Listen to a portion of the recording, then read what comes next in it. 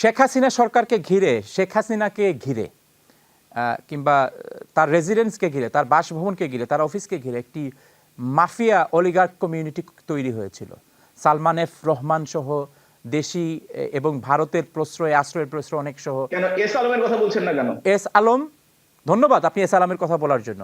S Alam, Salman F Rahman সহ অনেককে যখন দেখি কোর্ট এই এস আলমের বিরুদ্ধে মামলা হয়েছিল, দুর্নীতি দমন কমিশন তদন্ত করবে, সেই হাইকোর্ট সেটি বাতিল করে দিয়েছিল যে তদন্ত করতে পারবে না। আমরা বিবেকের কাছে বন্দী, আমরা এটা কখনোই মেনে নিতে পারিনি। আমরা এটা আওয়ামী লীগের সময়, আমার সময়, আমাদের সময়, কিন্তু মেনে নিতে পারিনি।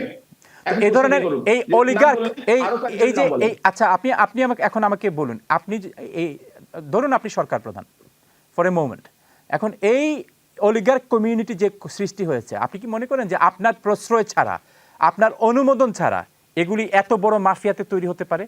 এই যে শত শত হাজার কোটি টাকা যে বিদেশে পাচার করা হলো, ব্যাংকে লুটপাট করা হলো, অভিযোগ এসছে, এই অভিযোগগুলি তো আপনাদের সময়, আপনি নিজে বলছেন এখন যে এদের তদন্ত করা যাবে না, সুপ্রিম কোর্ট থেকে অর্ডার এসছে।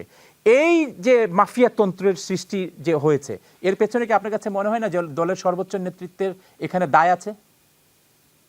আপনি একই কথা বারবার বলছেন, কিন্তু আমি একটি কথা বলি, আমি বিচার চাই। যারা মানি লন্ডারিং করেছে তারা, আপনি বিচার চান কিন্তু একবারও বলছেন না, আপনি একবারও বলছেন না যে আপনি শেখ হাসিনার বিচার চান। আপনি বিচার চান কিন্তু একবারও বলছেন না যে আপনি শেখ হাসিনার বিচার চান।